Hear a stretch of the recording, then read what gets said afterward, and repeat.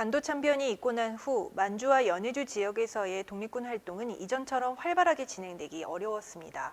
특히 1926년 독립운동가를 잡아 일제에 넘기면 현상금을 주겠다는 미세 협약까지 맺어지면서 더더욱더 독립전쟁은 어려워졌습니다. 우리는 최소한의 비용과 인원으로 더욱더 큰 성과를 낼 수 있는 방법을 고민했습니다. 그것은 바로 의열투쟁이었습니다. 의열투쟁의 가장 대표적인 성과는 바로 윤봉길 의사의 상하이 의거였습니다. 상하이 의거를 통해서 중국인들은 큰 울림을 받았고 당시 이 위기를 함께 극복할 수 있는 친구가 되었습니다. 그리고 중국의 군관학교에 한인 특별반도 만들어졌습니다. 그리고 1937년 중일전쟁이 일어나자 대한민국 임시정부는 더욱 적극적으로 독립전쟁을 준비하게 됩니다. 1940년 9월 17일 대한민국 임시정부의 국군, 한국광복군이 만들어졌습니다. 중국 충칭의 가릉빈관이라는 곳에서 한국광복군이 만들어졌다라는 것을 알리는 식이 열렸습니다. 1937년 이미 중일전쟁이 일어났기 때문에 당시 우리는 빨리 한국광복군을 만들어야만 했습니다. 그래서 먼저 총사령부를 만들었고 이후에 사병을 모집하기로 계획합니다. 가운데 계신 분은 백범 김구입니다.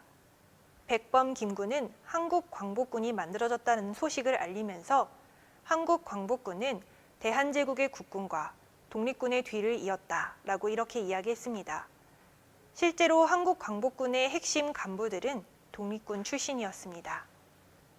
왼쪽에 있는 인물은 한국광복군의 총사령관 지청천입니다.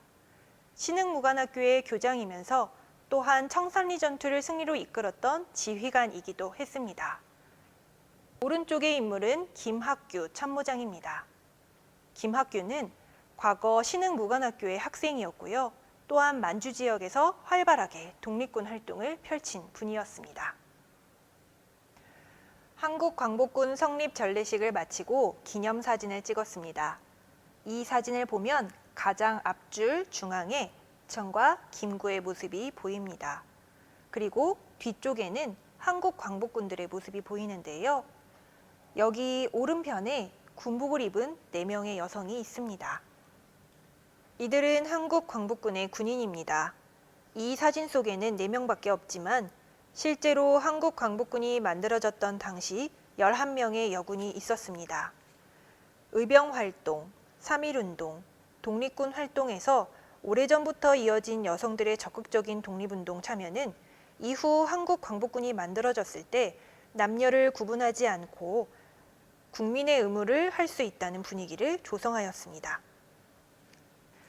학습지의 중앙 한국광복군 공약 1조를 보면 한국 남녀 모두에게 한국광복군의 군인이 될 의무와 권리가 있다고 말하고 있습니다.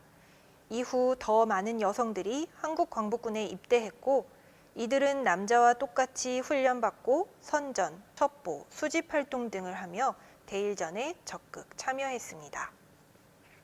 총사령부를 먼저 만든 한국광복군의 가장 큰 숙제는 대원을 모집하는 것이었습니다. 대원 모집 대상은 중국에서 활동 중인 독립군, 중국에 살고 있는 한인들, 그리고 일제에 강제 징병당한 우리나라 청년들이었습니다.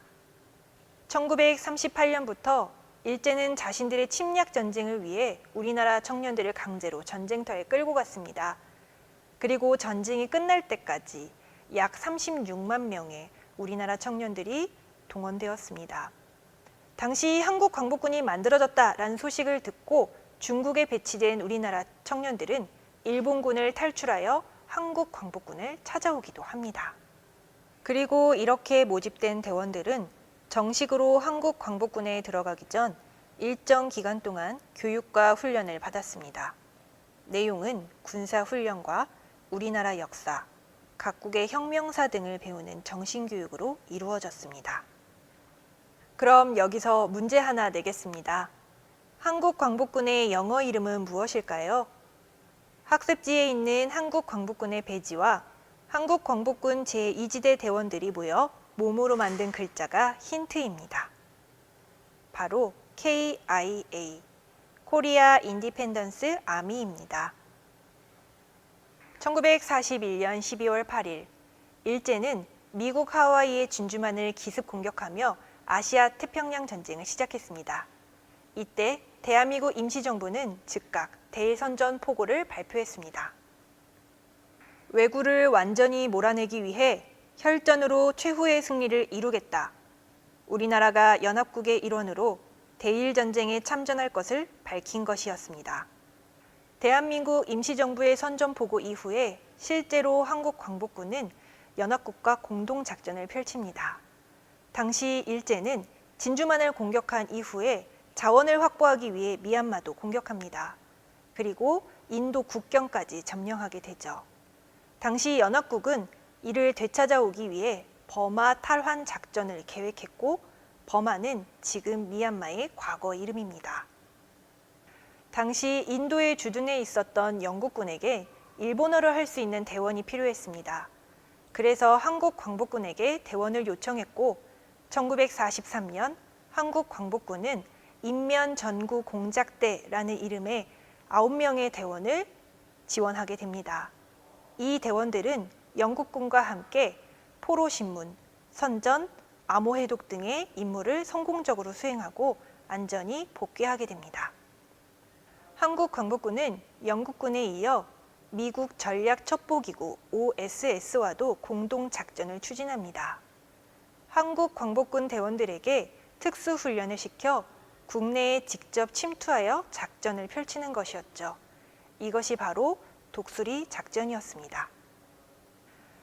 1945년 5월부터 한국 광복군의 특수훈련이 시작되었고 일기생의 훈련은 1945년 8월 4일 날 종료하게 되었습니다. 국내 진입작전을 앞두고 있었던 때에 8월 10일 일본이 연합국에 항복하였다라는 소식이 전해지게 되었습니다. 안타깝게도 한미 공동작전은 실행되지 못했습니다. 이제 마지막으로 보실 전시물은 태극기입니다.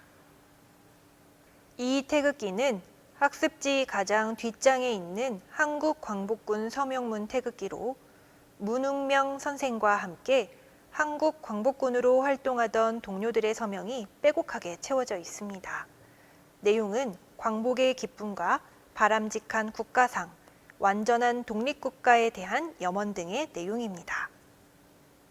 우리의 힘만으로 일본군과 싸워서 나라를 되찾거나 일제를 패망시키는 것은 거의 불가능에 가까웠습니다. 그때 우리가 할 수 있는 최선의 전략은 연합군의 일원이 되어 대일전쟁에 참전하고 그것으로 나라를 자주적으로 찾는 것이었습니다. 1945년 8월 15일 일제의 항복으로 우리는 광복을 했습니다. 한국 광복군이 독수리 작전을 실행하지 못한 것이 참으로 아쉬웠습니다. 하지만 이러한 아쉬움을 뒤로하고 한국 광복군은 중국에서의 임무를 끝내고 다시 고국으로 돌아갔습니다. 일제의 침략으로 무너진 고국을 다시 일으켜 세우기 위해서였죠. 일제에 협력하는 쉬운 길을 선택한 사람들도 있었습니다. 하지만 많은 사람들이 독립운동의 길을 선택했습니다. 이들은 특별한 사람들이 아니었습니다. 단지 그들이 겪은 고난과 시련을 후손들에게 물려주지 않겠다는 굳은 의지와 희망으로 독립을 해 나갔던 것입니다. 지금 우리가 누리고 있는 이 자유로운 일상은 100년 전 수많은 사람들의 노력과 희생으로 만들어진 것입니다. 여러분들도 그것을 꼭 기억해 주셨으면 좋겠습니다. 감사합니다.